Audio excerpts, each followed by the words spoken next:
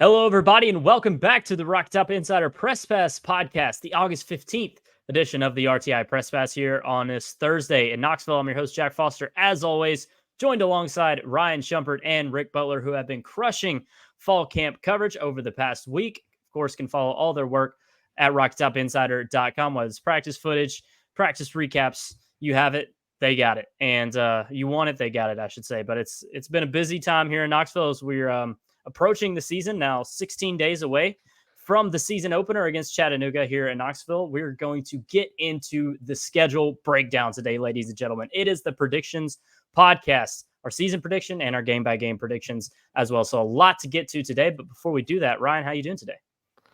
I'm doing well. And you say August 15th. And, I guess two thoughts on that. One, it feels like we're way further through camp, mainly because Wednesday was the last day they're letting us watch any part of practice.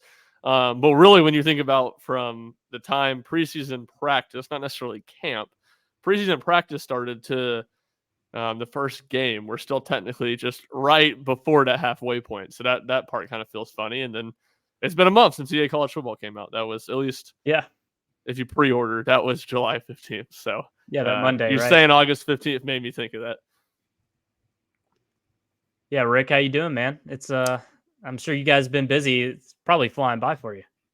Yeah, it certainly has been. I think eventually you sort of get into a routine when you're doing some of the training camp stuff that we're doing. You go up to practice, you sit there, you go back to one of the rooms, you get some work done for a couple hours, you wait for one of the press conferences to happen, and then the whole cycle kind of repeats itself the next day. So it certainly has been a good training camp.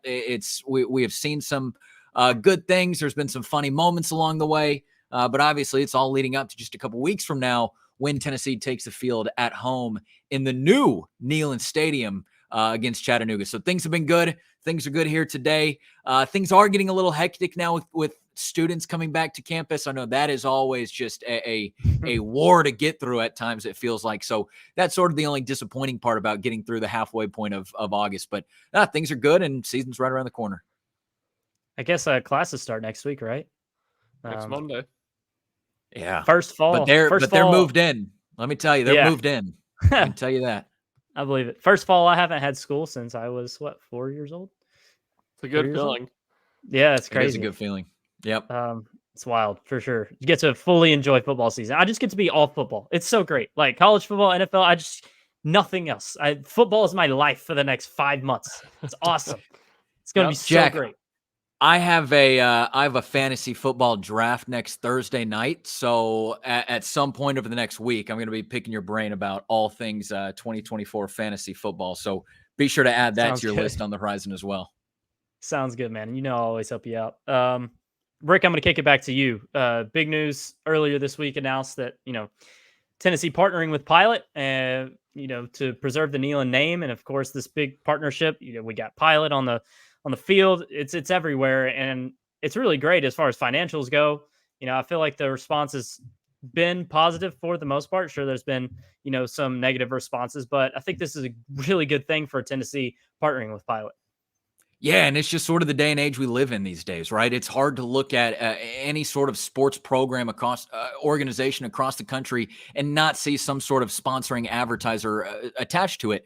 Not only is this a world that we live in just with athletics and sports in general, but it's a world that we're familiar with here at Tennessee. Obviously, a year ago is when they announced that Thompson Bowling Arena would become Food City Center, or TBA at the Food City Center. So this is something that I think that people have kind of been expecting to happen at some point, but there was obviously a fear that, hey, Tennessee's stadium name could potentially be going away.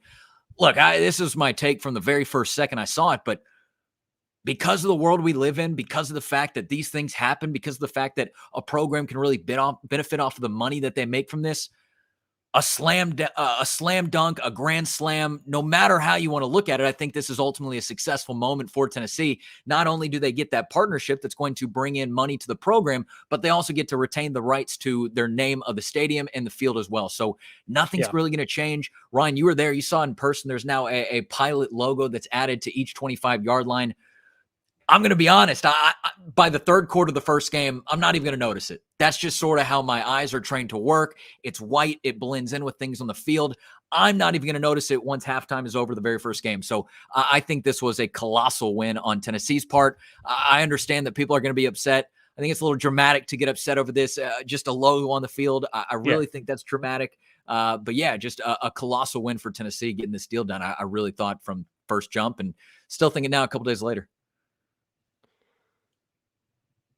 Yeah, no, for Ryan, any sure. thoughts? I'm a little bit more of the old man with these takes, and Yelling at the I cloud. would push back against a little bit of what Rick said of, the times where it's like yes and no. Like, I think what Danny White said, where he said it during his brief media availability, not really a press conference, where he was like, resources and income has never been more tied to success than it is now in college sports. And I think that is largely the case because of the NIL stuff. And that's always to me been the fascination with the NIL stuff. If you're asking these same people that have been giving the money for renovations and new facilities for all these years to now give consistent money every cycle for NIL recruiting, how does that work? So that aspect, I do agree with, and it is in a lot of ways a sign of the times. What I would push back against is there's plenty of SEC stadiums and college sports venues that don't have a title sponsor on it, and certainly there's corporate sponsors and all these things. But with all that being said, I agree with Rick's overall assessment that avoiding the name on the field or the name on the stadium, to me, it's a win. And we haven't, it's been different from the Food City, where the Food City, they told us the finances. They haven't told us the finances. So I'd be curious. I'm sure at some point all that information would trickle out. So I'll be curious to hear that. But no, I mean, I think when you look at the payoff, which we don't know exactly, but the financial, the revenue Tennessee's going to raise from it, from the the downside, which is, like Rick said, really having the logo on the field, which I think they did a pretty good, discreet job. It just says Pilot. It's just white. It blends in well. I definitely think it was a move that made a lot of sense for Tennessee. Yeah, if it was like Tennessee, red with some yellow outline, then that would have looked pretty ugly. But the white is very that was a very good easy. call by Yeah. them. If Tennessee is winning on the field this year, I don't think we hear about it once. If they're losing, then there's going to be a myriad of things that people complain about, and that will be one of them. So that's the way that I saw right off the jump. Yeah, it's a good point. And the slogan, Neyland Stadium, home of the Vols, proudly preserved by Pilots. New signage to the east side press box as well. It says home of the Vols with the Pilot logo beside it, so it's there as well. But this is going to bring millions and millions of dollars to Tennessee. And it, like Ryan kind of said, in the NIL world, like Danny White said, this is important stuff, and I don't think it's that big of a deal as far as the negative side goes. Sure, you can be the old man yelling at the cloud, but all in all, I feel like it's a pretty good thing. I side with Rick here. Before we get into the schedule, we got a lot to get to, as I mentioned. Ryan, anything jump out at you in this past week? Tennessee's couple scrimmages in here in the fall camp. Anything jump out at you want to mention before we really dive in here? No, I mean, nothing crazy. Like you said, 2 scrimmages since the last time we talked on last Friday night. And then again, earlier on Thursday, and we're recording that afternoon. And, I think just some players that we've heard some buzz about. Deshaun Bishop, to me, it feels like he's going to be that second running back to start the season. Well, Cam Seldon still kind of works his way back from the shoulder injury. And heck, even when he gets back, I think Deshaun Bishop will be in the mix to get some opportunities. Ethan Davis, I've kind of pumped the brakes on some of the stuff on how Tennessee's going to use the tight ends. Just how well he continues to perform makes me think if anyone, can do it and change the dynamic a little bit, it's him. And then there's been some good but continued buzz about Josh Josephs, Jermon McCoy in the secondary at the corner spot. And, Ricky Gibson's been banged up this week. I'm not sure if he went in scrimmage today. And then, it sounds like Nico had woke up with a stomach bug today and didn't play in the second scrimmage. So how big of a deal is that? I mean, I don't think it's the end of the world by any means, but certainly for a guy that doesn't have a ton of starting experience, and Tennessee typically just does those 2 big scrimmages in fall camp. I do think it is at least a negative that he doesn't get to be out there getting a bunch of reps in one of them. Yeah, Ryan mentioned a lot of the players who have been receiving some positive buzz, and Josh Heupel even mentioned some of those guys by name today when pressed on it, just kind of who impressed him coming out of that scrimmage. A lot of the guys that Ryan just mentioned were said by Josh Heupel. You can go and find that whole press conference on the RTI YouTube account where you're watching this. But I think to add on to that and expand a little bit, there's still competition at the places that you would expect to see competition. I think the secondary is still kind of finding out what their place is going to look like. That's obviously one of the big storylines that I think everybody is latching onto here as we move into the final few stages of fall camp. But Josh Heupel talked about how there's a lot of competition still left among the special teams unit.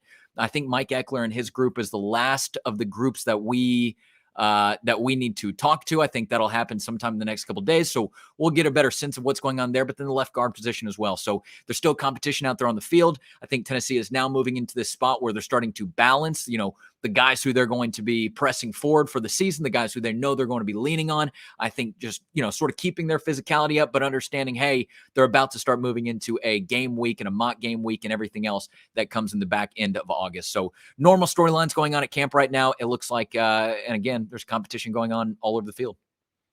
Last quick question. Every team deals with injuries, and some of them have it a lot worse. Look at Texas, two of their top 4 running backs going down for the season. That's just brutal for that backfield. But Tennessee losing Jordan Thomas, having a couple of guys dinged up. Do you feel like it's mostly been on the positive side of things as far as the injuries go for Tennessee this preseason, or maybe a little bit on the lesser side, just because they're the lack of continuity maybe they've gotten from practice to practice, scrimmage to scrimmage, with some guys banged up, but obviously nothing too serious outside of Jordan Thomas? I would lean it's been more on the positive side. I mean, I don't think maybe I'm wrong on this, but I don't think Tennessee has had, besides Jordan Thomas, a single player get injured that I'm like, I don't think they're going to start the first game of the season. And really, more importantly, I don't think they're going to start against North Carolina State. And I think a lot of it too, when you talk about the offensive line, I think there's, or heck, Dylan Sampson. I mean, I don't think he's played in either of the scrimmages and has been limited. A lot of those guys that you kind of, know what you have, and some, especially on the offensive line, some injury concerns in the past, or at least guys that have been injured. So I think Tennessee's just playing it very conservative with them. And it's the age-old debate, and it's, the one you hear every year in the NFL with the preseason games of, how much is it worth getting these guys reps, needing to get these guys some continuity to where you use Jack, and just some cohesiveness and comfort going into the season versus how much do you risk the injuries. And, I think it goes in both ways, even with a team like Tennessee, where there's not a ton of depth at some of these spots. So mentioned running back and Dylan Sampson. He's the one proven guy, not a ton of depth behind him. Offensive line, we talked about it. There's not a ton of depth. So I think it makes sense not to push guys. I think the reverse of that would be there's 12 games in a college football season. It's not 17. And the way the playoffs work, and I guess it's changed some now too, but in the NFL, you can piddle paddle around for a couple weeks and maybe not play your best and not get a ton of repercussions, where college, it's not quite that way. But Tennessee gets Chattanooga the first game. That might as well be a preseason game. And then when things start to get a little real for them, week 2 against North Carolina State. Yeah, like Ryan said, you obviously about Jordan Thomas, what kind of loss he was to the secondary. But I actually think that, Tennessee's not going to be able to have all of their guys going at camp, and they have had guys who have been limited. Ryan just mentioned Cam Selton. He's been in that non-contact jersey. Brew McCoy spent a good portion of it. Couple of other guys have bounced in and out of that red non-contact jersey. And while you don't necessarily expect Tennessee to be losing them for the season or not have them for the season, they're just kind of being cautionary as the fall camp goes along. I think that's also been advantageous to other players in that group who can take advantage of some of those reps. With Dylan Sampson not going into scrimmage, with Cam Selton being in that non-contact jersey, gives Sean Bishop and Peyton Lewis a lot more reps than they might have been getting otherwise. So I actually think in a couple of spots, nobody ever wants to see a player, especially a college athlete, be hurt or have to miss time on the sidelines. But I think that when that does inevitably happen, Tennessee has benefited from it by just getting some of those other guys extra reps and extra opportunities to show what they can do, maybe show the coaching staff something that they didn't get a chance to in the spring. So while Tennessee has been very fortunate to not have a lot of season-ending injuries, it's just been the one to Jordan Thomas that we believe. I actually think that having some of these guys a little bit more limited has created opportunities for other guys. Again, you don't want to see anyone go to the sideline, but I think they've done well with what they've been able to kind of rotate through so far. All right, let's get to it. Season prediction, record prediction for all three of us. We're going to start by giving a record prediction for the season, and then we're going to go game by game. So at the top, none of us are going to say who we think the losses are. You're just going to have to listen and then find out who each person has as the losses. as we go week by week. So, Ryan, let's start with you. Your season prediction, 2024 Vols. What are they going to finish in the regular season? 10-2. I'm drinking the Kool-Aid. 10-2. All right, Rick, what's the record? I have 9-3. I think the Kool-Aid also tastes good, but I'm not going there right now. Man, if you'd have asked me, I didn't even mean. Hold on. What? I didn't even mean to throw the thing at the end. Okay, I'm just going 9-3. I'm not flip flopping. I'm not moving. Ryan's gonna absolutely call me out if I even think about doing that. So I will. At the very end, I was just closing down my sentence. I still believe. I didn't even think that way, but that was smart. That was smart, Yeah. Rick. I wasn't thinking that, but that was good to get out ahead of that. Yeah, there's no changing these. These are the hold me to 'em's final word. No changing, Rick. Please. At the end of the pod, there's no 10-2s or 8-4s. 9-3 is your answer. And if you'd have asked me, I hate predicting. Yeah, I can So tell. If you'd have asked me how y'all two was going to do it, I'd have said Ryan was going to be the pessimist. He seems like he always is. I usually am. A little bit of surprise. I'm going to side with Ryan here. I'm forever the optimist, I think. So I'm going to go 10-2 as well. See, we couldn't all be 10-2. We would have gotten roasted even more than I'm going to get roasted if they do go 10-2. So I'm saving us. You're all welcome, by the way. No, you good move, Rick. This gives us a little less continuity, a little more debate. I like it. This is good for the podcast. Thank you. All right, you're all welcome. August 31st in Knoxville versus Chattanooga. We're all going to win. There's no debate there. Correct. But week 2, I thought about making a joke, but no. Week 2. By the way, do you think it's good for teams to have layup week 1 matchups? Yeah, I think so. I think generally so. I would say it is because of a lot of what we just talked about. I think it allows you to maybe play it a little more conservative in camp. I do kind of hate the FCS game week 1. Like that truly tells us nothing. I'd prefer. Yeah, like Virginia was perfect, right? Yeah, Virginia was perfect. Yes. Yeah. Yeah, and my one note on UTC that they are an FCS team. I believe number 8 in the preseason FCS Coaches Bowl. So a good FCS team at that. Doesn't really matter much in this sequence, but heck, as bad as Kent State was last year, there might not be a huge difference between these two teams. Yeah. All right, week 2, we've had some conflicting views on this game in previous pods. NC State, I'm going win confidently in Charlotte for Tennessee. What's y'all's pick? I have Tennessee too. Obviously, I'm the one that's been, saying I think this is a harder game than people are giving it credit for. But I do think Tennessee wins. Not confidently. I think it'll be a competitive game. I think it'll be a game in the fourth quarter. It's just the first true test for Tennessee. Like we just said, they're not really going to get much of any test week 1 against Chattanooga. Really the first truly, really meaningful game for Nico starting. To me, I think North Carolina State, the way their team's built too, good on defense. I don't think this is a game Tennessee's going to be able to put up, or at least confidently. I wouldn't pick Tennessee to put up 42, 50 points, anything like that. So to me, I think this will be a competitive game, and Tennessee wins by 7 or less. Yeah, I'm in that same boat. I think that Tennessee goes to Charlotte and they handle business against North Carolina State. That doesn't mean they go and blow them out of the water, but it also doesn't mean that it might be just a field goal difference at the very end of the game. I think they do what needs to be done to win that game. And with it also, and I absolutely agree with Ryan. I think that's a game that, people don't want to be sleeping on heading into it just because it's early in the season or an ACC team or whatever it might be. But I do think that this is that first game on Tennessee's schedule. I have no doubt that the coaching staff is going to be preparing for Chattanooga like they always would. But I think maybe, there's a little bit extra time to make sure that you have things that you especially want to bring out that first truly competitive game against North Carolina State, that first truly competitive one of the season. I think that they might be holding some stuff back for it. I just think that this coaching staff is pretty good at planning games when they have a little bit of time to do so. So I think that Tennessee goes to Charlotte. They handle business. They do what needs to be done in order to get a comfortable win. Maybe not a couple of scores, but comfortable enough. I'll put it this way. I would be more surprised if this game goes to overtime than if Tennessee wins by multiple scores. Like, I'm closer to Tennessee winning by 14 or more Even 2 touchdowns. Instead of 2 scores, I'll say 2 touchdowns. By 2 touchdowns or more than this game being like down to the wire, final 2 minutes to decide it. NC State's a curious team, by the way. They lost a lot defensively. They have, they're really good defense, fundamental football. They kind of feel like a little bit better version of Kentucky.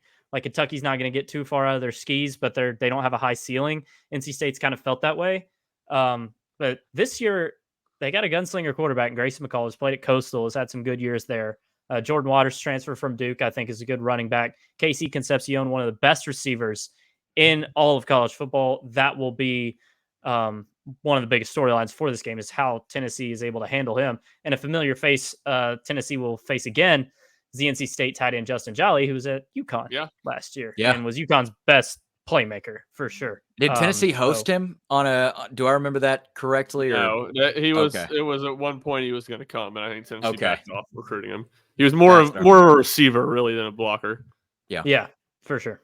Yeah, Tennessee. We're going to learn something about Tennessee's secondary for sure in that game, no doubt.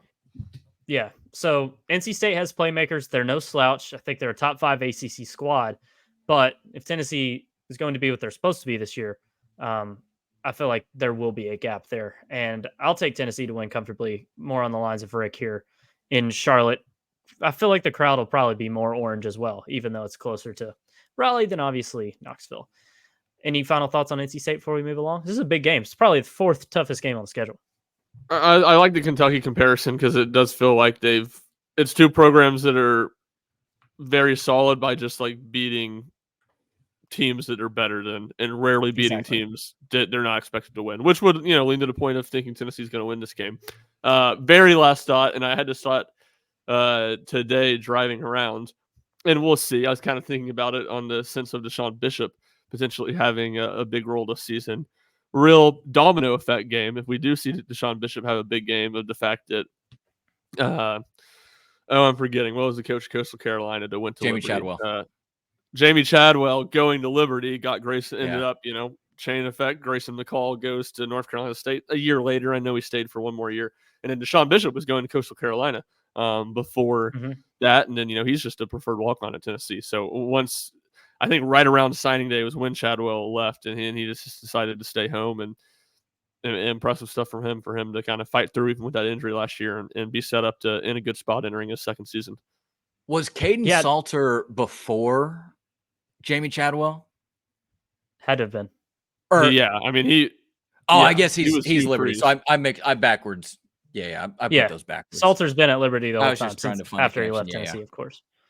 Just trying to figure out when he went. Yeah, it's a good point about Deshaun Bishop. It's impressive what he's done, and he had a ton of juice last spring before the injury kind of set him back, and now here he is back in the mix for RB2. Like you said, it's really impressive stuff, and of course he was awesome at Carnes here. In the Knoxville area. So Carnes, right? That's where he played. Yep. Yeah. Mm-hmm. Yeah.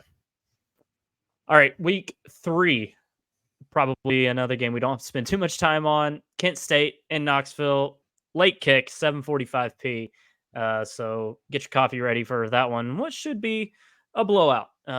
It feels like there's been 2 gimmies in the Heupel era in early part of the season. It's not uncommon in college football. And this is the second of the 2 before SEC play gets started. So this will probably be a game where you see some things in the NC State game that Tennessee needs to iron out ahead of SEC play. This will be the game to get all those things right, because big boy football starts the week after. No question. But any interesting thoughts on this game y'all have? Not really. Kent State was 1-11 last year, one of the worst teams in all of FBS. Obviously, they can be improved, but nothing to make anybody think that this could be a relatively difficult game for Tennessee. So should be an easy one that they cruise by in. You said 8 p.m.? 7:45. 7:45. Yeah, 7:40. Yeah, that's criminal. Criminal. Otherwise, not much to say there.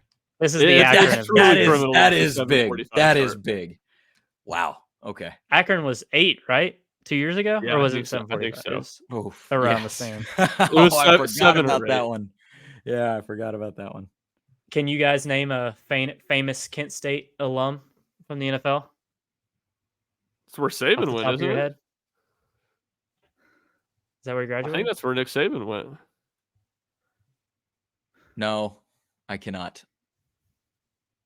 Julian Edelman. Oh, okay. Okay. Yeah. And you are right, Ryan. So I guess not 70-72 from the against NFL, but State. Right. yeah. Yeah, I was going NFL player out. Yeah, I would have got another. That was a good one. Either way, moving on to week 4. This is the swing game. If I feel like if you're 9-3, yeah. it's a loss. I feel like if you're 10-2, it's a win. This is where said debate comes into play. This is the ultimate swing game for Tennessee season. Rick, I'll put the pressure on you first. Tennessee at Oklahoma, September 21st. They're in Norman. Who you got? Well, I think about this game in a lot of different ways, but for Oklahoma, they have, and let me go ahead and change my window right here just so I can make sure I have it right. So according to Phil Steele and all his projections that he did just about a month or so ago, he's got Oklahoma with the toughest SEC schedule. He has Oklahoma facing 5 of the top tier SEC teams: Texas, Alabama, Ole Miss, LSU, and Missouri. Tennessee not even in that tier. Tennessee in the next tier alongside Auburn and South Carolina. So they have a miserable schedule, and they only have 3 home games this year because the Red River rivalry is going to be kind of their home game that's played at the neutral site. All that goes to say is that not only is this a really important game for OU at the beginning of the schedule, it's also going to be their first home game in the SEC. I almost said SEC conference. That would be redundant. First game in the SEC. They're welcoming in Josh Heupel. Man, when I was at SEC Media Days in Dallas, I remember telling you guys, it's just everything about Oklahoma was Josh Heupel this and Josh Heupel that and Tennessee this and Tennessee that.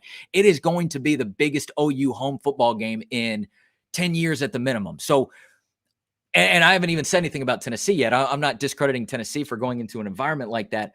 But then you get to the on-the-field play. Brent Venables is a defensive coach that has not really had the pieces to make his defense what he wants to be. I think he might have it now. They're returning 8 defenders off of last year's 11-man starting squad.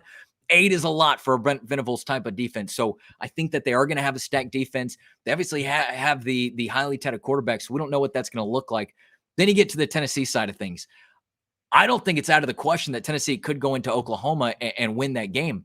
Man, they need to if they want to start off the kind of season that you guys are projecting here, one that could potentially end up in the college football playoffs. But I just think there's a lot of outside factors that make that game difficult. I know that it's not an A to B connection going back to years in the past. This is a different team than last year's and the year before that, and so on and so forth. But there's been a time or two where Tennessee has struggled to get up on the road, and so, man, maybe that's a hump that they've gotten over in the past. Maybe that's a hump that they're going to get over this year. But I just think that game is going to be wild. I think that Oklahoma is going to do everything in their power to get it. And I think that their defense might make a couple of plays that could turn the tide. So right now, I just think that going into Norman week 4, it's a tall task and one that I'm not necessarily ready to give that to Tennessee quite yet. We'll see if Oklahoma maybe, gives you a certain look in the first couple of weeks that makes you reevaluate that. But it's just things look on paper. OU has the hardest schedule in the country. Has the hardest schedule in the conference among SEC teams. Just going to be a tough one for Tennessee to get. So that's why I'm leaning towards a loss as we talk about this here today. Ryan, I think it's easy to take the home team here just because both teams are similar.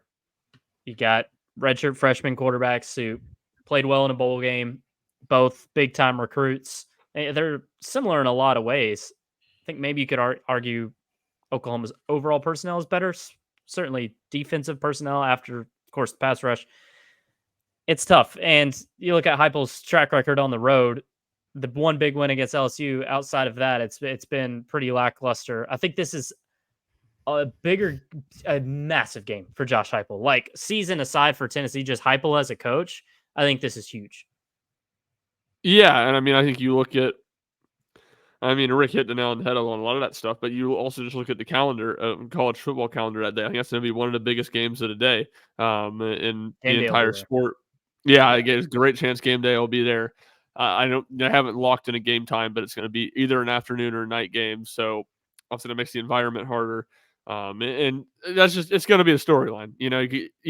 Whether college game day is in Norman or not, I can guarantee you there will be a segment on Josh Heupel being the head coach at Tennessee, going back to the place where he won the national championship at. So it's a massive in game their for him. opening SEC game too. Like, I think that only adds to how big this is going to be.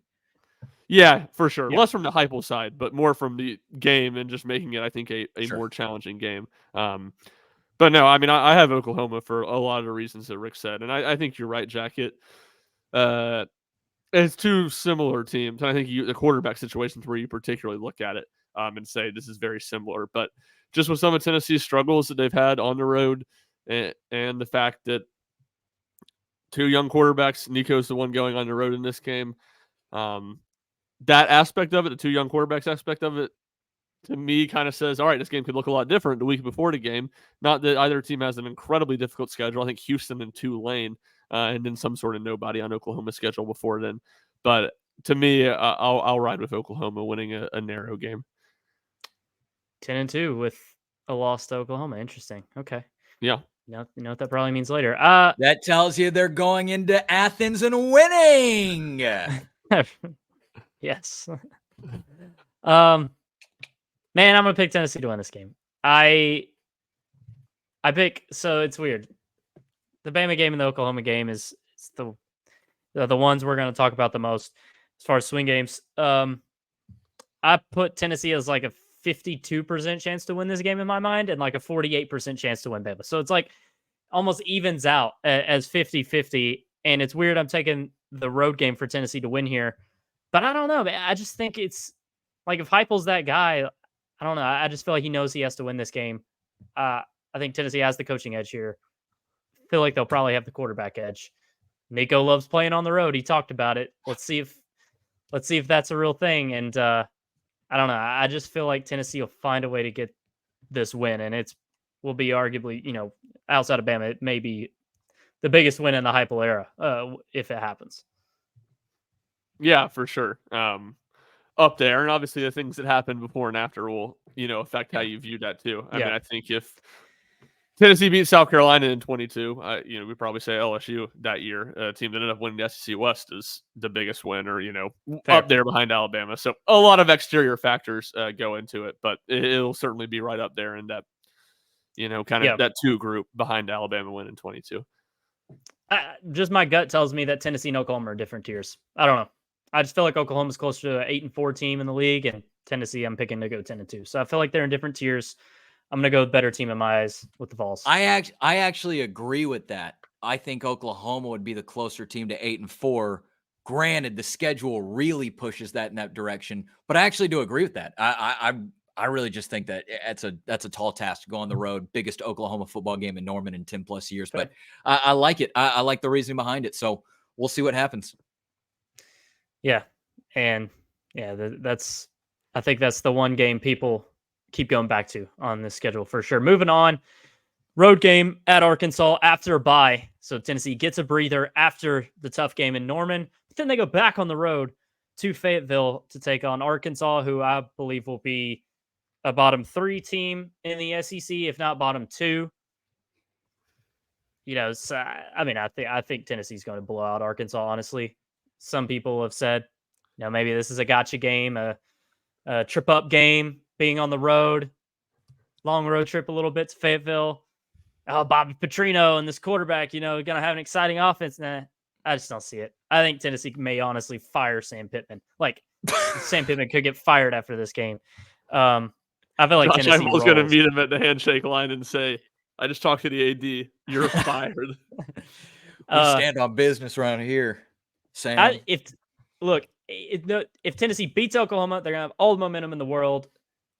Win. If Tennessee loses to Oklahoma, whether it's close or bad, they're going to have a chip on the shoulder to win. There's no way Arkansas wins this game, and I don't even think it's close, guys. Yeah, no, I mean, I lean towards your opinion. I'm always kind of the person of seeing the gray area, so I won't just say I cannot see, it's only going to be a blowout. I can't see the game being competitive, but I lean more towards thinking Tennessee wins this game convincingly. I go back to Josh Heupel off buys. I pulled up the stats. I mean, he's just incredible off buys in his career. Outside of the A&M last year, his offenses have been incredible off buys, and I'll discredit that more to Joe Milton's ineptitude in that game than Heupel game planning or anything like that. And it's a bad Arkansas. It's a bad Arkansas defense. So I think Tennessee scores a lot of points in this game. Could they give up a good bit? I think that would be the concern. Maybe the way Arkansas attacks down the field and maybe some of Tennessee's limitations in the secondary. But I think this is one Tennessee wins by a couple touchdowns. Yeah, Ryan hit the biggest point to me on the head. Not only is Tennessee just in a different category than Arkansas, Arkansas is going through a whole lot of things right now, but it's off of bye week, and it's very hard to pick against Josh Heupel off of a bye week. Also, by the way, I think I told Ryan this, but just a couple of weeks ago, I went on a boat with my friends in Arkansas, and we actually found Sam Pittman's house on whatever lake this was on the water. The guy has a okay, this is going to be a good reference. Now, he's got a General Nealon sized statue of a hog right there just on the shoreline. It's in this big kind of enclosure looking thing, and it's also a fountain, so it sprays water out of the hog's mouth. It is one of the most bizarre things I've ever seen, and we ate our lunch right next to Sam Pittman's house the other day. I don't know if he's going to still have that house in a year from now. I hope he does, because it is a real nice house right there on the water. But I think that Arkansas has a lot of problems that they got to get through this year, and they got to answer for at the end of the year. So if Tennessee is not one of those problems for them, then I think Tennessee has some problems. So I think Tennessee handily wins this game. It's funny you say, because you have told me this before, and I didn't think about it then. And I know, I think at least, Rick, whether you've been to a game or not, you've been to Fayetteville. Am I correct about that? You've been to the football stadium? Is that accurate? Yes. Yeah. Have been to Fayetteville a lot of times and have been inside the stadium. Yeah. Yeah, so I haven't been to a game, but when I was there for a baseball series a couple of years ago, they have like a massive fountain hog statue thing outside. Like, that's like the big attraction, I guess, outside the stadium is this massive fountain, and there's just tons of statues of hogs like around it and in the fountain. So it's kind of funny that maybe he's recreating it a little bit at the house. Oh, that is amazing. Yeah, So it's that is. Yeah. Yeah. It's almost a recreation of what I'm staring at it right now, I guess. That's wild, man. Hey, well, Pitball Sam Pittman selling his house a year, that probably, helps out the value of his home, having that hog statue. Well, in I'll the tell you what, backyard. his neighbor had an amazing house.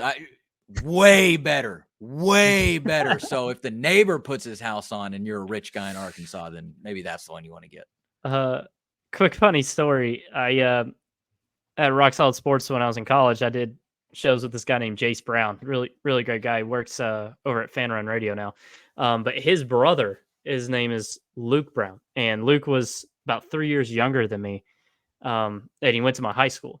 He actually transferred there from this other school in Martin, Tennessee. He went to my high school, Henry County High School, and he was a 4-star offensive lineman. And it's the biggest recruit Henry County's had in, I think, it definitely in like the last 15 years, maybe in my lifetime. I think of like Andrew Jelks. You guys don't know, but some guys like back at near 2010, I would say. But Luke Brown, one of the biggest recruits from HCHS probably in the last 20 years, and he went to Arkansas. And Jace, who's my buddy, has actually been to Sam Pittman's house for a barbecue with funny. his brother Luke, on like a visit thing. So I bet that guy can throw down some ribs. I recall Jace Don't call him saying the pit food boss was for nothing. decadent. That's right. Cold beer. So, hey, I feel like we're trashing a little bit on Sam Pittman. Heck of a guy. Great guy. Love Sam Pittman. Great I'm character. rooting for him. Yeah. I'm rooting for Sam Pittman. And I like sure. the guy. Yeah, exactly. That's right. And he's perfect for Arkansas. I hope that he can actually get it He together honestly this year. It'll did be a fun. very, very good job. People forget how terrible the spot Arkansas was in when he got there. I I mean, the last Chad few years Morris have gone, left them in just the danger zone. I mean, the last 2 years have not gone very well for him, but his first couple of years, they really overachieved. I mean, I think in 2020, which was his first year, the COVID year, they went 3-7. The refs stole that game from him against Auburn. I mean, absolute theft. That game at Auburn, the refs took from him. I thought he should have won Coach of the Year. And they had the hardest schedule in the SEC because they were supposed to be, them and Vanderbilt, the two worst teams in the SEC, and it was that only all SEC schedule. So they just threw all the championship contenders. They made sure to throw them either Arkansas or Vanderbilt. So they had one extremely easy game. I thought he did a great job that year. Obviously, they beat Tennessee in Fayetteville. I thought he should have won SEC Coach of the Year that season. So real random aside there, but I'm going back 4 years, and I'm once again pounding on the table that Sam Pittman should have won SEC Coach of the Year in 2020. Yeah, Stand on it. and they had a great 21 and 22. They were solid. Just last year was bad. And I remember that bowl game. Rick and I actually watched it together. It's Arkansas, Kansas, December 2022 we did. Miami.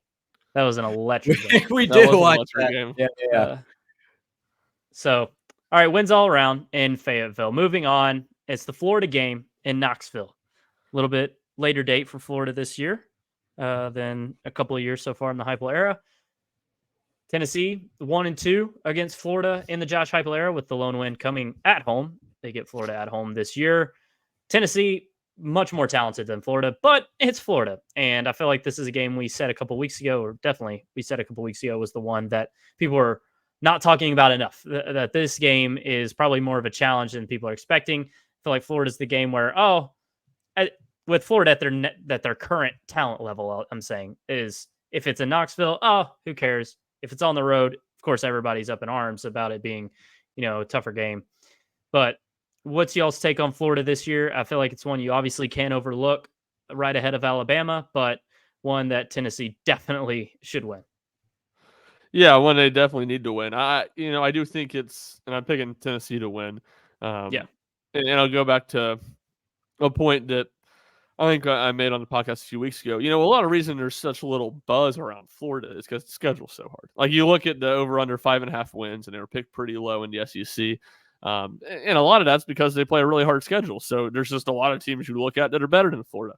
To where I don't necessarily think they're going to be terrible. And Graham Mertz last year was better than I expected him to be, and it's his second year in an offensive coach's system. So I could see him being better for sure. I still think Tennessee's the better team. I think it's at home. This is a game they should win. I don't expect it to be easy, though. And I do. The other thing I would just say is I think behind the Alabama game, which we'll get to in a minute, I think this is, I would say, definitely the next hardest home game on Tennessee's schedule. In my mind, no question. Oh, Yeah, I agree.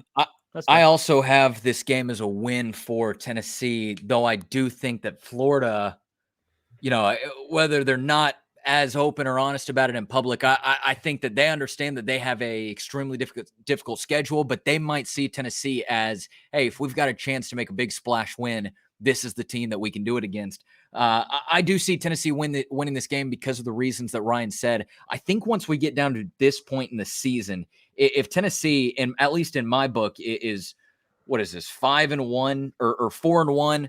You're coming off of probably a big win over Arkansas and a bye week after that. I think that Tennessee is going to be rolling, and it's going to be at home. I would imagine maybe some sort of checker kneeling is going to be happening, some sort of big things to get the crowd going. I just think that this is a game where things fill out favorable in Tennessee's favor.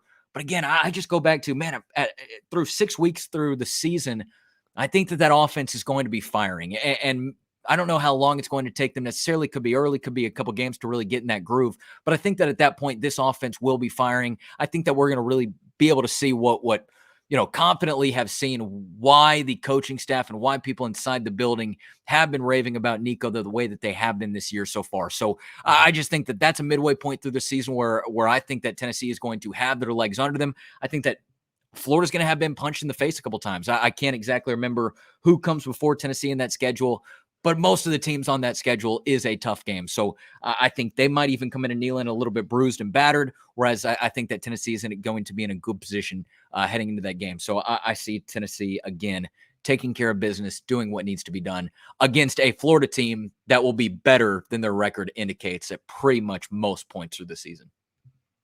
Yeah, Florida before Tennessee has Miami and Gainesville, one of the most intriguing week 1 matchups. I'm still picking Miami. Sanford should be a gimme. A&M, again in Gainesville. Florida opens up 3 straight home games. That's kind of a toss-up. I think that's one people will say Florida will lose, but maybe that's one that, can give Florida a tick in the win column that people aren't expecting, because I don't know how good A&M is going to be. At Miss State, we'll see. UCF in Gainesville, probably a win, but no gimme. So, it's not the toughest stretch in the world before Tennessee, but it's not as tough as I thought November it might be. from hell for Florida. Yeah, really, that's where what it it gets is. awful. Yeah, so they need Texas something. So they're going to be looking at that. They're going to be Texas. needing something before that stretch starts. Tennessee might be their best chance. Florida has 5 games in November, and the lowest ranked team in the preseason poll is LSU at 13. So right. Fun stretch to end the season. Oof. Yeah. Georgia, Texas, LSU, Ole Miss, Florida State. Brutal.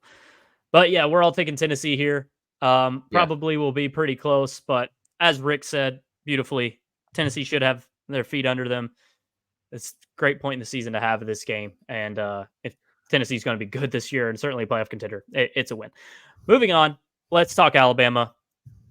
Alabama at Tennessee last time out in Knoxville. You guys know what happened.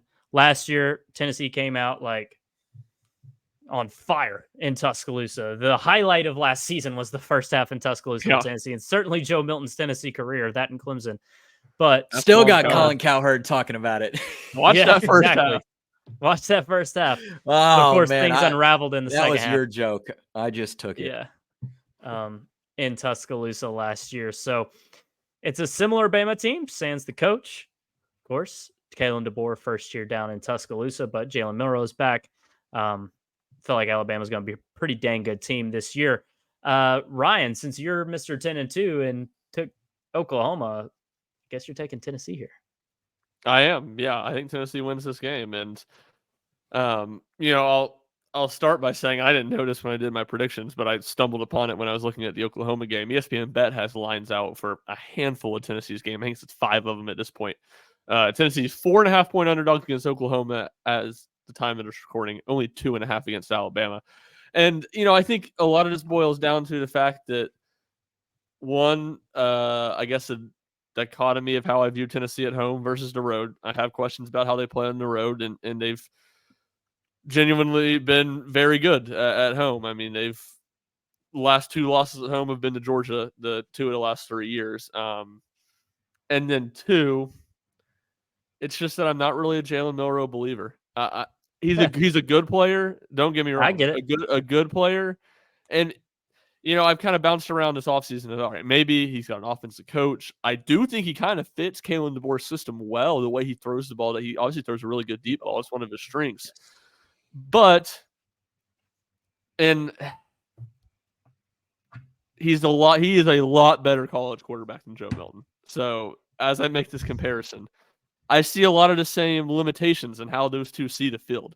Now, I think Milroe is a lot better at using his legs and being decisive about it on pass plays, which makes him improvising. Yeah. But I watch Jalen Milroe play, and I just think he a lot of times does not see the field very well. And those are areas that I think in a lot of ways you just have it or you don't. And I just don't think he's going to make a huge jump at this point. All that being said, what they have around him, I still think is really good at running back and receiver. Offensive line, a little bit of a question. Getting Caden Proctor back is obviously a big win. But with the offensive line being a little bit of a weakness, again, weakness being relative, I still think the offensive line is solid. Tennessee's defensive line, I think, is going to be really good. I think Tennessee's going to be able to, if not control the line of scrimmage in that game, not get ran over. I don't think Alabama's just going to be able to run it all over Tennessee. And then I have some questions about Alabama's defense. And I think at home, Tennessee will be able to score a lot of points in this game, and I think Tennessee wins a competitive game. Yeah, that's a lot of great thoughts there. And on Milroe, just kind of following up on that, I do think that Milroe is an effective college quarterback, like you were kind of alluding definitely. to. I don't, and this is probably what you were also saying. Correct me if I'm wrong here, but I don't necessarily know if he's good, like if he is a good quarterback, but he's effective doing kind of what the little things and the unique things and the off balance things that happens in college football. So I don't really see them taking a step back. Although if you do look at that Alabama schedule from last year, yes, I believe they only finished with 1 loss. I believe had 12 wins or so. But those 2 games after the Tennessee game, they only beat Arkansas by 3 points right after the Tennessee game. Mm-hmm. And then the Texas A&M game, I believe, was 27-20, 26-20, something like that as well. So, Kalen DeBoer comes in. He's coming off of that national championship run. I don't know what to make of the Alabama game. I do have Alabama winning. So I have Tennessee taking their second loss to the season right there. But I think this is going to be a slugfest no matter what. I think we're going to have a better idea of just sort of what an Alabama program looks like after the first couple of weeks. I think we can expect that it's going to be a pretty good marriage, right? You have a successful, accomplished coach who has the respect of people in the sports world. You have a dominant program who's kind of set the bar in college football over the last 10 years or so. So you'd imagine that those things are going to kind of marry together pretty well. But I think we're going to have a lot better of an understanding about what this Alabama team in general looks like through the first couple of games. but I am putting this as a loss. There's not one thing that particularly sets over the top. I obviously think that Tennessee is going to have a major home field advantage here. I think that crowd is going to be rocking. I think they're going to absolutely know what's at stake. And I think they're going to certainly remember how much of an impact they had on that game just 2 years ago. So it's going to be a very uphill battle for Alabama as well. Again, I don't have an exact reasoning for why I'm picking one or the other. I do think it's going to be a slugfest, but I have Tennessee taking a loss here. I will say, if I did have Tennessee beating Oklahoma like Jack did, then I would have no hesitation picking a win for this game. So I'm curious maybe why you might have. He's an 11-1, 9-3 guy. Yeah, I'm kind of curious, kind of why in your head as well, Tennessee's, they have a little bit of a run stop here. Well, not comparing the two, but I mean, it's not that concrete. Like if I told you Tennessee's beating Alabama in 2022, you're not in a million years thinking they lose to South Carolina. So, it's fair. It's not just black and white, is what I'm trying to say. It's a gut thing for me. I told you, I mostly think both of those games are coin flips. I'm taking the more talented team in both. I just think Alabama's a little bit more talented than Tennessee, and definitely. Nico's probably going to be a better college quarterback than Milroe when all is said and done. But this is still Nico's first year. Milroe has a year under his belt, and I feel like people are kind of, especially SEC people, are underrating Kalen DeBoer. Dude's a winner. He's always just won wherever he's at. Beat Oregon twice last year in massive games. Beat Texas, who, by the way, beat Alabama last year. I mean, Kalen DeBoer's a winner. Of course, getting Nick Saban out, if you're a fan of any other SEC team, is a win. But Kalen DeBoer is really, really dang good. And you talked about with the Florida game, Tennessee having everything kind of ironed out by that point. And I think Alabama will have everything ironed out at this point. They will have one loss because I think Georgia's best team in the nation. So I'm gonna pick Georgia to beat Alabama. That game's before the Alabama-Tennessee game. And I don't know. I should have done research on this, but it honestly came to me just a couple minutes ago. When's the last time Tennessee and Alabama played and Tennessee was ranked higher than Alabama? I have no idea. I guess in 2000s. Yeah. Yeah, right? 2007 or 2006. If Tennessee was ranked in 7, I don't think Alabama was ranked. They lost to Louisiana Monroe a week or two before, and then they killed Tennessee in Tuscaloosa.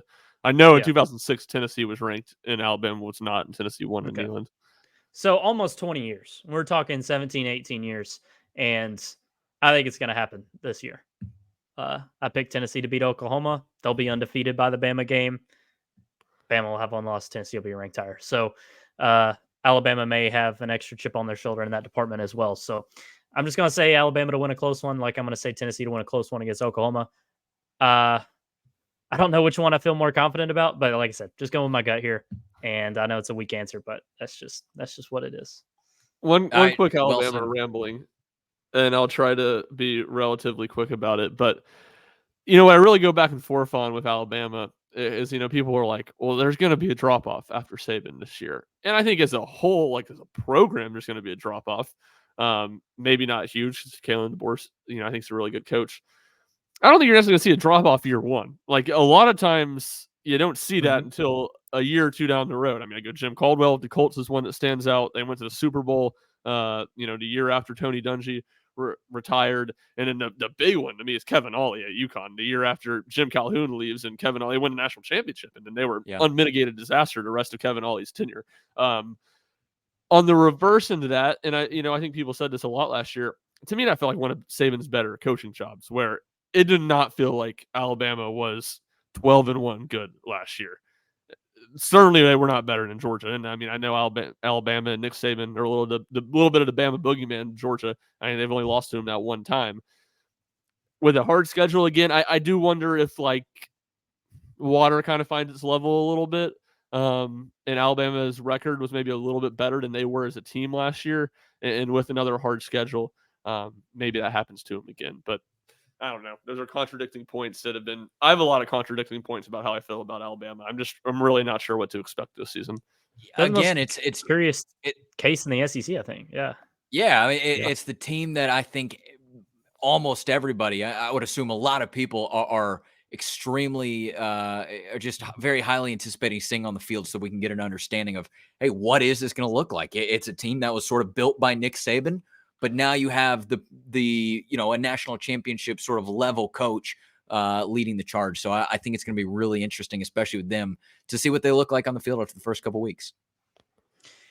Yeah, and there's been a storyline too about how, Alabama lost Saban, but if you look at the staff overall, they got the co-defensive coordinators, Kane Womack and the guy from Buffalo. Of course, lost Grubb to the Seahawks, but got another DeBoer guy to be the OC. And DeBoer's offense, just in general, you could almost argue that again, it's really hard to say this losing the GOAT, but you could almost argue that the staff, just when you take everything into account, is a little bit better than it has been the past couple of years. I don't know how good Steele and Reese really were for Alabama last year, and it almost felt like Alabama was trying to go back to like 2010 identity just with the quarterback questions. And I don't know. I feel better about Alabama's offense this year for sure, is what I'm saying. So, yeah, I think that's fair. All right. Definitely one of the most intriguing games on the schedule alongside Oklahoma. I think those are the top two. Move on. I agree. Bye week after Bama. So reset after one of the toughest games on the schedule. Then I feel like it's pretty easy to predict the rest of the schedule, guys. All the storylines kind of feel in the middle there with Florida, Bama, Oklahoma. Of course, Georgia changes if Tennessee's undefeated going into that game, of course. But we got Kentucky next here on the list. Kentucky at Tennessee, November 2nd. Last time out in Neyland Stadium, Tennessee demolished a bad Kentucky team 44-6. Last year, survived a scare in Lexington, but Tennessee was still able to get it done despite a horrible performance defensively as Devin Leary carved them up pretty good. Taking Tennessee in this game, obviously I think NC State's a better team than Kentucky, and Kentucky kind of feels like a lesser NC State. Like I said earlier, this game's at home. Should be no issue for Tennessee here, I don't think. Yeah, I agree. I just don't really see a path towards it being competitive, and I don't have a ton of huge thoughts on the game itself. My hot take, and I'm gonna cool it. No, I'm gonna full send the hot take. Let's hear it. Turn that. And I don't really fully believe this, and by fully believe this, I don't really believe this that much at all. But I do think it happens in the next few years. So I'm just gonna flame it away right here. Mark Stoops last year at Kentucky. Okay. He gets canned or he goes somewhere else? No, I don't think he gets canned. I think he leaves to do something. He just seems extremely unhappy there. And they've slipped the last he was few on the years. precipice of it. Yeah, I mean, he was obviously trying to get the A&M job last year before the fans kept him away from it. He's cried to the media 3 to 4 times about NIL this offseason. The program's slipping. It's kind of the classic, 10 years is a long time to be at a place. I think he's a little bit over 10 years now. I think 13. So I guess this is year 11. Again, I don't necessarily know if I fully believe it'll be this year because a lot of it will be around what other opportunities present itself because I don't think he's just going to retire. But the things just feel a little rocky there, and I think he leaves Kentucky soon. And for the sake of good podcasting and a hot take, I'll say it's after this year. Somebody helped jog my memory. I believe Tennessee at Kentucky in 2021 was also it was either a late Tennessee win or Tennessee survives in the fourth quarter, right? High scoring, yes. Yeah, back and forth. Up by 7, I think. Yeah, because they gave up. I think they gave up fourth and 18. There was some terrible missed face mask call, I think, on Tennessee on third down. Yes, Kentucky got 4th and 18, and then Tim Banks just went balls to the wall. He did blitz 6 guys man coverage 4 straight plays, and Will Levis threw 4 straight incompletions to end the game, is my recollection. I can't remember if Tennessee was up by 7 or if a touchdown would have won for Kentucky. Well, I think the final score was 45-42, right? Yeah, he was in the 40s. So, yeah. So maybe it must have been right on the verge of field goal range too. So I feel like that was at like the 35-40 yard line. Yeah. I'm going to say trend continues for the Tennessee Kentucky rivalry as it's been going on. Tennessee wins close in Lexington. Tennessee wins big in Knoxville. Tennessee wins close in Lexington last year. I think they continue that up, and Tennessee wins big in Knoxville this year. Not only do I think Tennessee is the better team, not only do I think that Tennessee is going to be in the better position, not only do I think that Kentucky is trending downwards, but Tennessee is also coming off of a bye week. And that last part right there is the kicker. Yeah. So Tennessee handles business at home. You got it in this time. Yeah. You got the point in this time, Rick. Good job. Ryan got the first time around. You got the second time around. That's right. Anyway, it feels like pretty easy prediction here. Kentucky, Brock Vandegrift at quarterback. It just feels like this version of Kentucky is just perpetually mid, like 7-5, and that's just what they'll be. They'll beat bad teams, they'll lose to good teams, and then there's a couple of swing games. Are they 8-4? Or are they 6-6? So I it will feels like, say they've never yeah. beaten good teams. They've been when they're at their best, they're stout in those fringe games you're talking about. Well, 2 years ago they beat Florida, and in that night game, and Florida wasn't like bad that year. Yeah, yes, they beat fine teams. They beat. That's what I'm saying. Like they're not Yeah, going to yeah. beat And a I'm not 10-2 saying, I'm level saying team. they don't beat anybody good, is what I'm saying. They beat Fair. fine. They beat pretty good. When they're at their best, they beat pretty good. They never beat They are the anybody. definition of mid. That is Kentucky. In their current state, yes. And Right. their improvement when they get these Mickey Mouse 10-win seasons, and they get all hyped up. They beat some pretty good teams. Never any meaningful wins. Remember last year when Kentucky blasted Florida, and then it was like, "Oh, Georgia, watch out!" Yep. And then Georgia rolled It's just them. significantly Kentucky's just significantly worse version of Georgia. So if anyone ever says Kentucky's going to give Georgia a good game, they should not be allowed to talk on a camera ever again. It's like all these teams for decades tried to build their program, and Tennessee did it multiple times. They tried to build their program by taking a Nick Saban disciple who wanted to win the same way Nick Saban won. Well, guess what?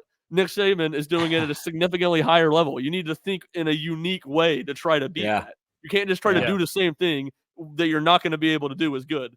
And Kentucky's had a ton of success, but just in the frame of it's Kentucky football after all. But in the frame of they're going to beat Georgia, no, they're not. Never. They're not going to give Georgia a good game. They're a significantly worse version of Georgia built the exact same way. There you have it. Well said. All right, moving on. Wins all around there for the Kentucky game. Mississippi State up next, November 9th, and the next week, again in Knoxville. Including the Bama and Florida game, Tennessee has 4 straight home games there. This is the last one of those 4. Nice for us. Mississippi State, yeah, for sure. Mississippi State, a year of transition. Jeff Lebby comes in, former OC at Oklahoma. Will Rogers heads to Washington, so new quarterback for Miss State this year. Feels like this is just going to be a rough year one for Jeff Lebby. Maybe they're a little bit feisty. I don't know. Jeff Lebby's a really good offensive mind, but I can't see Mississippi State being all that competitive or even reaching a bowl game this year. So I feel like this is not maybe similar to the Arkansas game because I think Miss State is better in Arkansas, but with this one being in Knoxville, maybe it results in about the same thing. I feel like this is a pretty stress-free win for Tennessee there in early November. Yeah, no, I agree. And Jack, you would notice better than me because you follow the conference as a whole closer. To me, it feels like Mississippi State, from a pure talent standpoint, is the second worst roster in the conference. I guess better than Vanderbilt. Yeah, I'd say Arkansas has a little bit of an edge, but I like State's setup a little bit more, with the new coach and stuff. So yeah, that sounds about right. Yeah, I think it'll be intriguing, maybe not this year, but just long term how Jeff Lebby does, because I think he's a really bright guy and a good coach. But so he's not inheriting a good situation. So I think this will be a easy win for Tennessee at home. And I feel like a lot of people don't know who their quarterback is. It's Blake Shapen, who's the quarterback at Baylor last year. Baylor was terrible. So they have a transfer quarterback, but not very good. Go ahead, Rick. Yeah, I'm with you guys. I don't have a ton to say here. I'd imagine that Jeff Lebby has called Josh Heupel a couple of different things through their football careers together. Coach Josh, he might end up calling him bus driver after he gets taken to school in Knoxville on whatever November day this is. Thank you. That was a Jim Cornette one that I heard recently. Tennessee's a better team. Tennessee's got the better roster. Tennessee has a big game in front of them that they can't afford to be lackadaisical in. And as we sit here and talk about this game on paper, again, none of us predicted that Tennessee would have lost their quarterback to South Carolina during the game 2 years ago. But as far as things stand on paper, let's move on to the Georgia game. That's right. All right. We'll roll through these last 3. Last 2, I don't even think we have to talk about. But Georgia real quick. In Athens, dude, Georgia's just too good at this point. I think they have the best quarterback in the country. Kirby Smart, best coach in the country. It's a significant uphill battle for any team that rolls into Athens, and I feel like it's not going to go Tennessee's way again this year. I feel like this is a definite loss. Yeah, no doubt. I mean, Georgia, I think, is the most talented team in the country. They've certainly recruited better, if not as well as anyone in the country over the last 4 classes. Tennessee's under Josh Heupel provided no reason to think that they're going to be competitive with Georgia.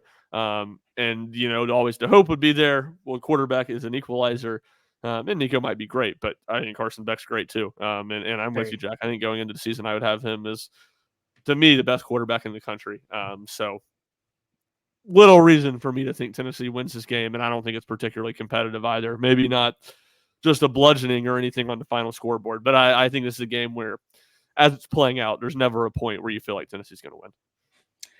Yeah, I would tend to agree with the both of you. I think Georgia's a really great team this year. Although they do have a fascinating schedule. They got to go on the road 3 times for Alabama. Who is it? Alabama, Texas, and Ole Miss. Yes. Yeah. So that is, yes, 100% Ole Miss. Okay. So that's a tough slate. Obviously, Georgia's going to have some challenges to get through earlier in the season. I think they're going to want to close out the season well in front of their home fans in a big game against Tennessee. Tennessee could put up a really good fight in this game, but I don't think it's going to mean much. I just think that Georgia is a dominant team. I have a very vivid memory of Stetson Bennett diving into the near side end zone back during that 2022 game. So I remember that place being a hard place for Tennessee to play, a very loud environment, and I would imagine they'll be rocking for that game. So tough one, but Tennessee loses. Yeah, you take the G off the helmet, put different uniforms on them. That's the hardest schedule in the country to me. Like, it's Georgia, so people kind of overlook it. Nasty. But geez, man, their schedule is ridiculously tough. If they're finished 12-1, that's arguably like the greatest undefeated season in recent memory with the schedule they got. And I think it could definitely happen. So, yeah, this is the one definite loss on the schedule, I think is what we're all saying. That rounds out all our losses for the year. By the way, one quick note on Georgia. I think what you want to see, though, from Tennessee, specifically Nico, is competence offensively and just for it to not be sloppy. Tennessee's going to get beat, and I think they're going to get beat because of defensive woes more than anything, and Carson Beck being surgical like he was last year. But if Tennessee is able to have a pulse offensively and Nico has a sound game, that's like something good for the coming years, is that he was able to, absorb Athens well and have a good game. Even though Tennessee lost, I don't think you want it to be sloppy. And it could easily be that, but that would be like a pseudo win if it's not. Yeah, I mean, it's almost a moral victory game if Tennessee can just be competitive. And I think looking good on offense would be the most important thing, because they haven't been competitive really more than the last 3 years. But Josh Heupel's 3 years as head coach, they have not been competitive against Georgia. All right. We all say we fast forward through these last 2. UTEP, Vanderbilt. Any notes here? Both games in Knoxville. Feels very South Alabama, Vandy from Heupel's first year. It's win-win to close out the season. Vanderbilt game is in Nashville. I don't think my that bad. matters. Doesn't matter. Doesn't matter. Yeah, my bad. For the Tennessee's bye games this year, I mean, all 3 teams are like really, really bad, even for small schools. So no concern there. Vanderbilt, I don't think there's any reason. I mean, they were truly, I think people, because it's Vanderbilt and who really cares, but they overlooked just how terrible they were last season. Like they took a big step back from 2022 to 2023. So feels like a big year for Clark Lee. I do think the OC hire and the transfer quarterback they brought in are relatively intriguing, but I don't think it's going to matter much for this game. So I'll have my eyes on how hard it is to get in the stadium, because it was kind of a train wreck 2 years ago, and I heard it was even worse last year. So that's what my mind's thinking about for this game. It's that left turn off of the street to get to that parking garage. It's a miserable left turn. I only have 2 thoughts on these 2 games, and neither of them are football related. Number one, I would like to visit El Paso at some point. I just think that'd be a neat city to go say that you've been to. And then our last trip to Vanderbilt, the most notable thing about their unfinished stadium at the time was that they had this local coffee shop that was set up inside of the press box, and people are going nuts about it. So I'd like to see if they have that again. I'm not a coffee guy, As far as football goes, though, I think that Tennessee handles this season very, very well. I do not think that Tennessee, my 9-3, is putting them in SEC championship competition. I think that even if you talk about losses to Alabama and Georgia and a 10-2 schedule, I still think you're on the outside of the top 2 looking in. But I really think that Tennessee, especially kind of as we've gone through the schedule here, they have an opportunity to put themselves in a position to play in the playoffs. And that's certainly Tennessee's goal. I don't think it's unachievable. I think it's something that we can talk about here in the preseason and not sound crazy or not just, sound like we cover Tennessee. I think it is. I think it certainly is a realistic possibility. So they're going to have to play out of their minds at a couple of points. They're going to have to overcome adversity at some points. But I do think the schedule shakes out favorably for Tennessee. One more quick thing. I mentioned earlier, Phil Steele. He put out his SEC conference rankings. Again, this is just ranking the conference games among the teams. And in his listing, Tennessee has the 3rd easiest schedule amongst SEC competition, only trailing Texas and Missouri. They have 3 Tier 1 games, Georgia, Alabama, Oklahoma. They have 3 Tier 2 games, Florida, Kentucky, Arkansas, and then Mississippi State and Vanderbilt lie as Tier 3 games. Tennessee actually only one of 3 SEC teams who have multiple Tier 3 games. So things just shake out well for Tennessee as far as the schedule goes. They have a real opportunity to capitalize, and we'll see how they do kind of as September quickly approaches. Yeah, we can get into more big picture stuff with the playoff next week. We got a couple more pods before the season starts, and that's a topic we can hit on. But 10-2 puts them in the playoff discussion. 9-3, maybe not so much. Rick, before we hop out of here, who's the wrestler this week? Oh, real quick. I haven't looked, so I'm just gonna say 3rd from the top with the different colored pants is one Rey Mysterio. There you go. One of the easiest layups on the wall. There I needed a quick one. All right, let's get out of here. All right, that'll do it for this press pass. Long one, but important one. Schedule recap. We got 2 10-2s and a 9-3. It's going to be an intriguing season. For Ryan, for Rick, I'm Jack. We'll see you next time.